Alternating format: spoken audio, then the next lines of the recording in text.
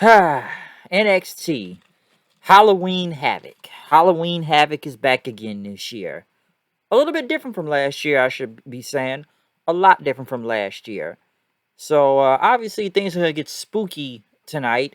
Very spooky. A lot of things in regards to Halloween, since Halloween is almost here. It's Halloween Havoc tonight, and there's a lot to say about this show, and a lot of changing of the guard if you get my drift, because there was a lot of the changing of the guard tonight for NXT. We already knew changes were already happening when this whole 2.0 thing was even announced, anyways, and whatnot. But now it feels like it's almost at a new, well, it's already at a new platform, but now it's almost to the point where if you're the old guard of NXT from the Black and Gold brand, then it's almost like your time is up in a way. But we're going to get to more of that, okay?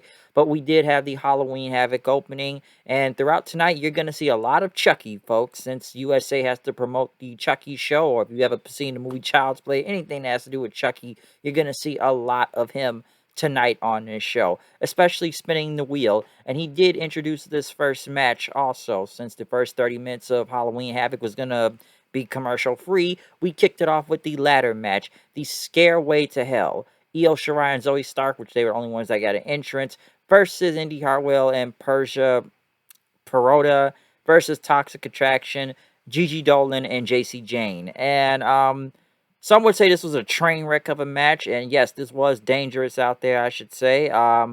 Couple tough bumps here and there in this ladder match. Then again, we just saw a ladder match literally 24 hours ago on Monday Night Raw, which I probably would say that was a better ladder match. But this one here was still pretty brutal at the same time. A couple spots even really saved from this match. I know one with Zoe Stark trying to do a Phoenix Splash, but ended up botching, kind of land on her feet, trying to fall to the ground. Then, what was it? Perota like doing a big power bomb. I forgot on the who, but basically on one of the ladders. I forgot who it was, but it did look brutal. JC Jane trying to climb it, and even doing like a hurricane onto the ladder to Perota and whatnot.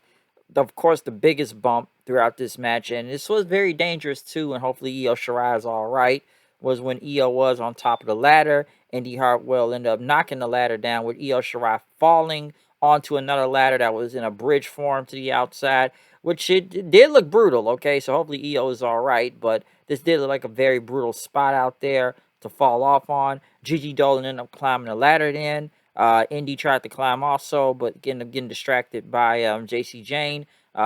Gigi kicked her off the ladder and then won the match. So now Toxic Attraction are the new tag team champions. Obviously, this was coming. We've already said before that Toxic Attraction is being pushed very heavily, okay? Very heavily. And I know some people are going to sit here tonight and going to say, they're basically filling the void of the Undisputed Era and whatnot. I don't know if they're on that level yet now, okay? Maybe they can be, but I wouldn't go too far to say they're like the new Undisputed Era out there, all right? But this was going to happen with Toxic Attraction win the tag team titles, so it's really no surprise from this. Now, the big question is, will Mandy Rose be able to win the NXT Women's Championship, and then all Toxic Attraction will be holding gold then? Because, like I said, they've been heavily pushed out here. They are pushing the hell out of Mandy Rose and this whole crew, okay?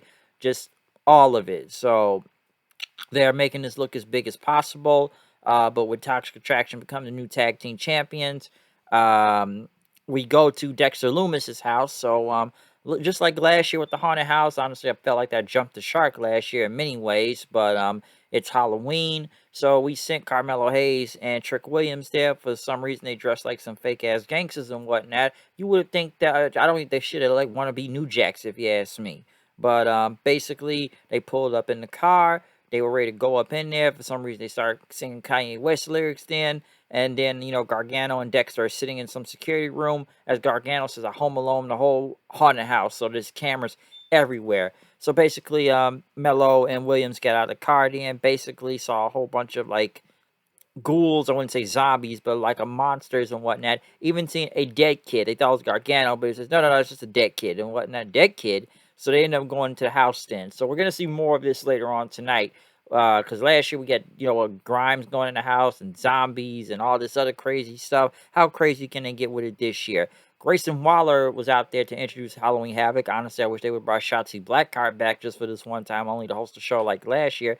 She fits the whole Halloween aspect and whatnot. But apparently Eli Drake was supposed to host this thing, but they were wondering where he was at, but we didn't know what happened to the dude then.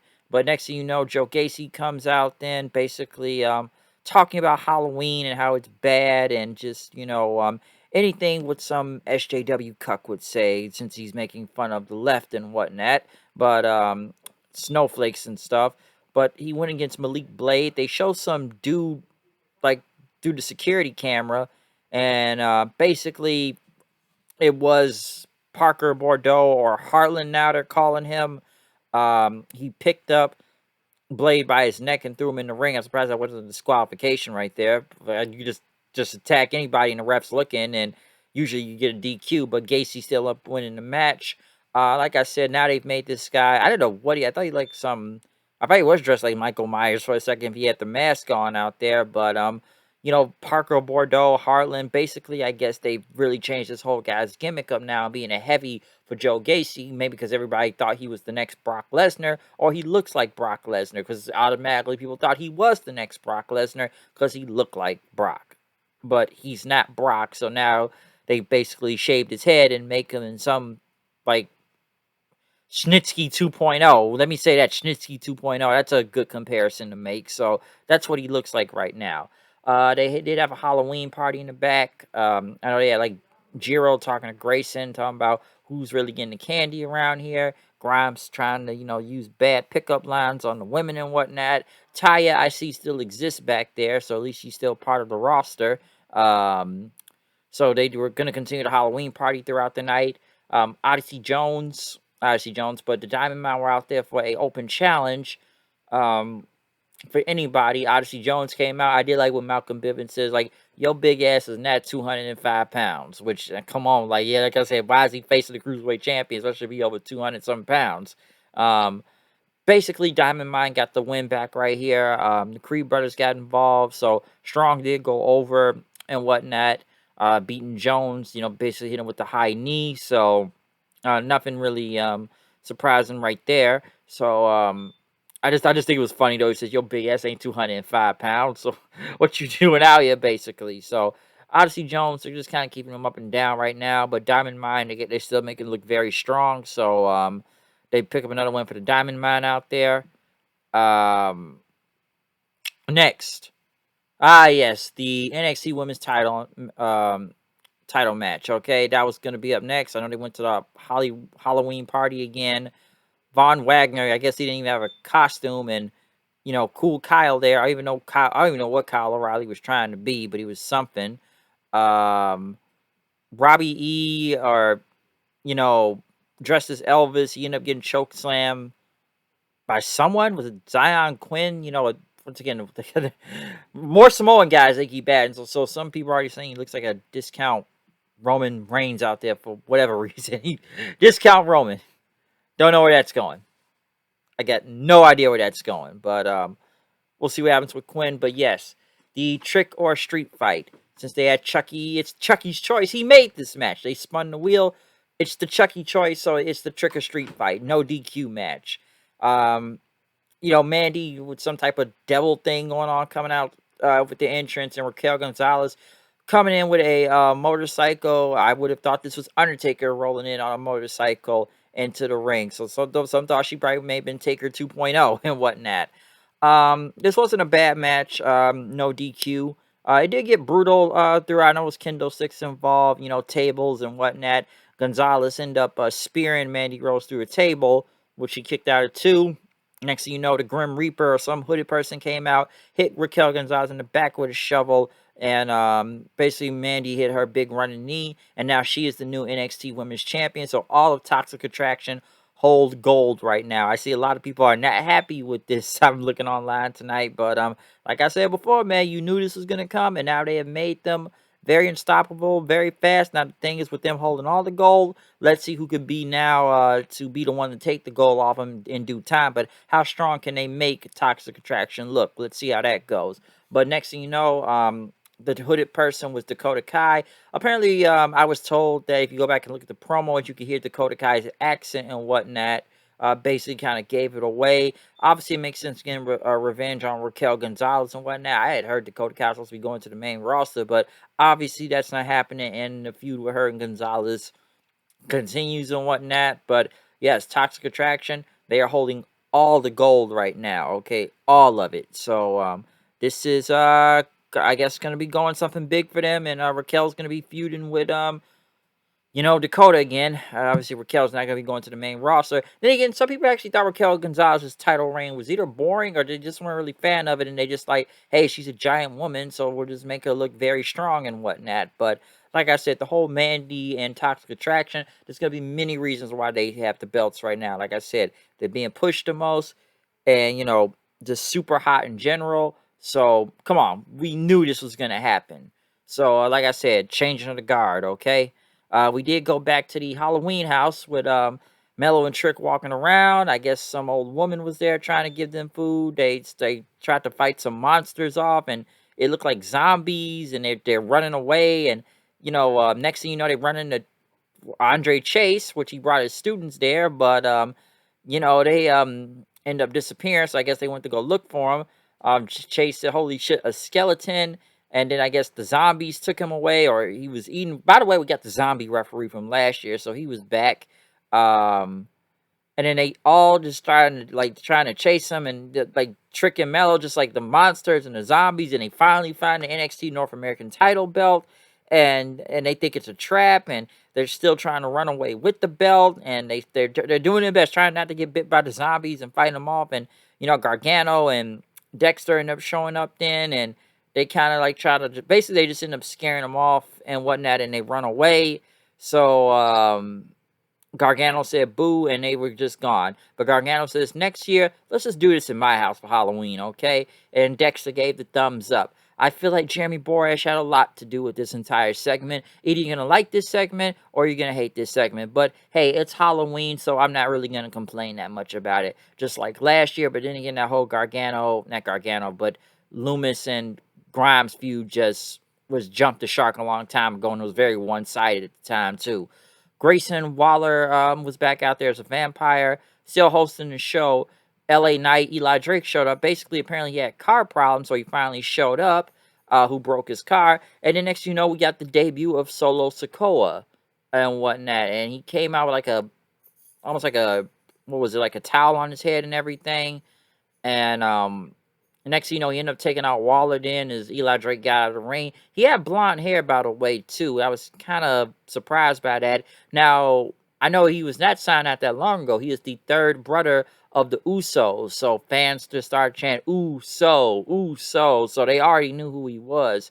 I'm almost surprised they just didn't throw him in with the bloodline. But obviously, they wanted to make a name for himself right now, being on NXT and whatnot. But why change his hair to blonde? What, you didn't want him looking like his brothers, maybe? I don't know. I have no idea. But, yeah, he is the third Uso brother. I don't even know how. Honestly, I didn't even know they even had a third brother. I didn't know how many brothers. I just thought it was just both Jimmy and Jay. But,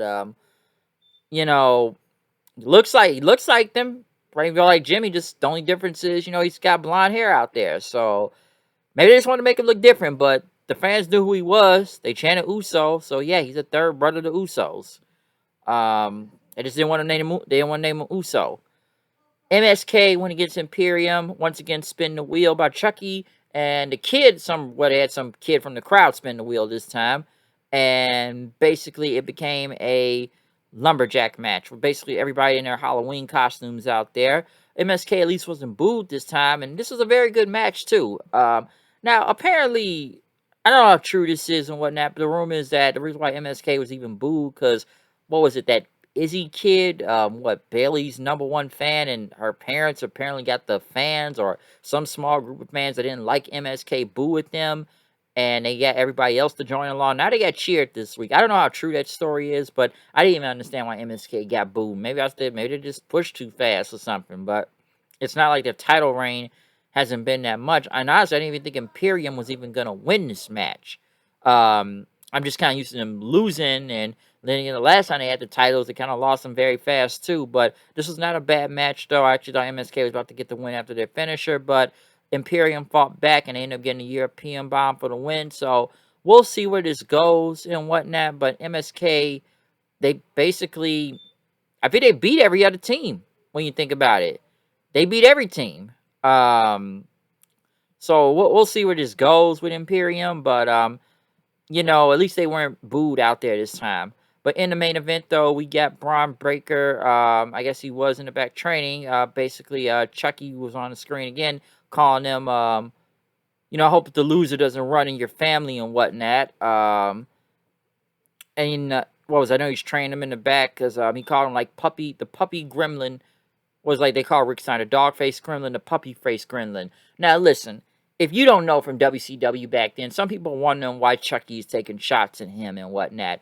Go back to like what 98, 99, and I don't remember the segment all the way. It's been a while since I've seen it, but Chucky was on WCW and he did feud with Rick Steiner. So yes, Chucky feuded with you know, Braun Breaker's dad. Now he's dealing with his, Rick Steiner's son. So he's now feuding with the dad and the son for some reason. So Chucky obviously has to take shots. I'm almost surprised he didn't come and interrupt in this match too. But at least they kind of knew that given what happened, like, 98, 99 on Nitro and stuff. So yeah, Chucky versus Rick Steiner, Chucky versus Rex Steiner. So different Steiner, same thing. All right. So he's got to fight the genetic freak. I'm sorry, not Scotty though, and whatnot. But Tommaso Ciampa did come out dressed as Kratos, which I've called him Kratos. It was between him and Triple H, they can pull off being Kratos. Okay, that's one thing I can say about that.